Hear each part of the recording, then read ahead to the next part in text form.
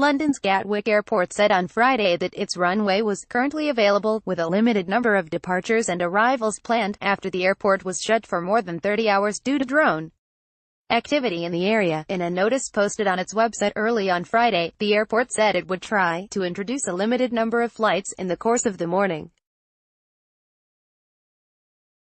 Two drones flying over the airport caused officials to suspend and divert flights on Wednesday and Thursday. The airport's runway remains closed until further notice, following multiple drone sightings that began Wednesday evening. Although the runway was reopened at 3 a.m. 3 o'clock Coordinated Universal Time on Thursday, another drone sighting 45 minutes later caused it to be closed again. As a result, planes were unable to depart, while a number of flights scheduled to land were diverted to other airports.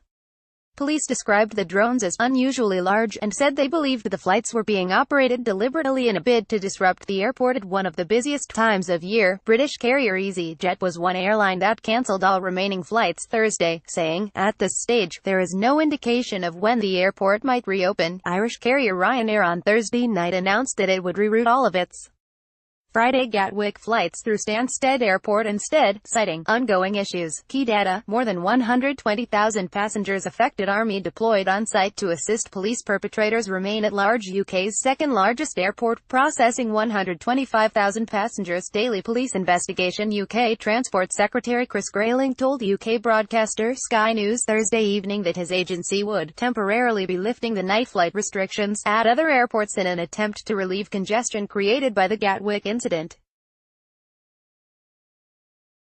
Gatwick Airport said the incident was being investigated by police and that an update would be issued once authorities had suitable reassurance that it is appropriate to reopen the runway. Late Thursday afternoon, BBC Defence correspondent Jonathan Beale tweeted that the Ministry of Defence was in discussions with the police about any military capability that could be provided to assist with their operation. A spokesman for Downing Street also reported that Prime Minister Theresa May was receiving regular updates on the situation.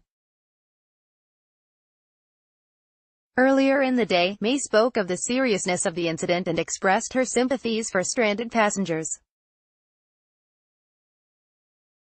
Currently, government officials are meeting to make sure that all available resources are being deployed, despite May's claims that the UK government had already enacted laws to stop such drone incursions. Britain's Guild of Air Traffic Control Officers says its calls for geofencing, which uses software to prevent drones from entering restricted airspace, have been repeatedly dismissed by regulatory bodies. The organisation also warned that incidents like the one currently playing out at Gatwick will continue to be a threat until appropriate measures are taken. Gatwick's only runway was bare for more than 30 hours, a deliberate act. Police said the drone flights were a deliberate act to disrupt the airport, but that there were absolutely no indications to suggest this is terror-related. "We are continuing to search for the operators," Sussex Police said.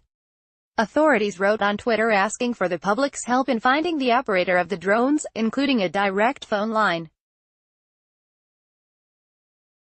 Chris Woodroof, Gatwick's chief operating officer, said the shutdown had affected roughly 10,000 people by Thursday morning, including 2,000 whose planes were not allowed to take off, 2,000 who were unable to leave their points of origin, and 6,000 who were diverted to other airports in Britain and Europe.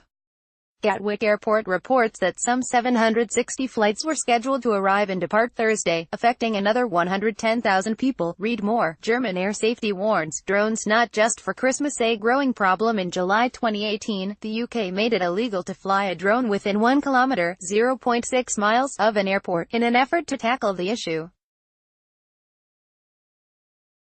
The number of near misses between private drones and aircraft more than tripled between 2015 and 2017. Some 92 incidents were recorded 2017, while 117 have taken place so far this year, according to the UK Airprox board.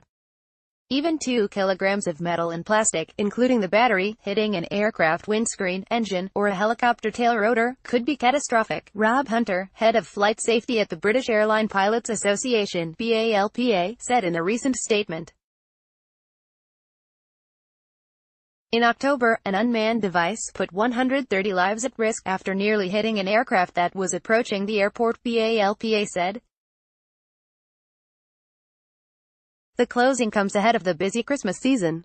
Gatwick, Britain's second busiest airport after Heathrow, Europe's biggest airport, is expecting a record-breaking 2.9 million passengers during the holidays. The airport is situated about 45 kilometers, 30 miles, south of the British capital, London. JCG per 9ogram, Reuters, DPA, AP, each evening at 18:30 UTC, DW's editors send out a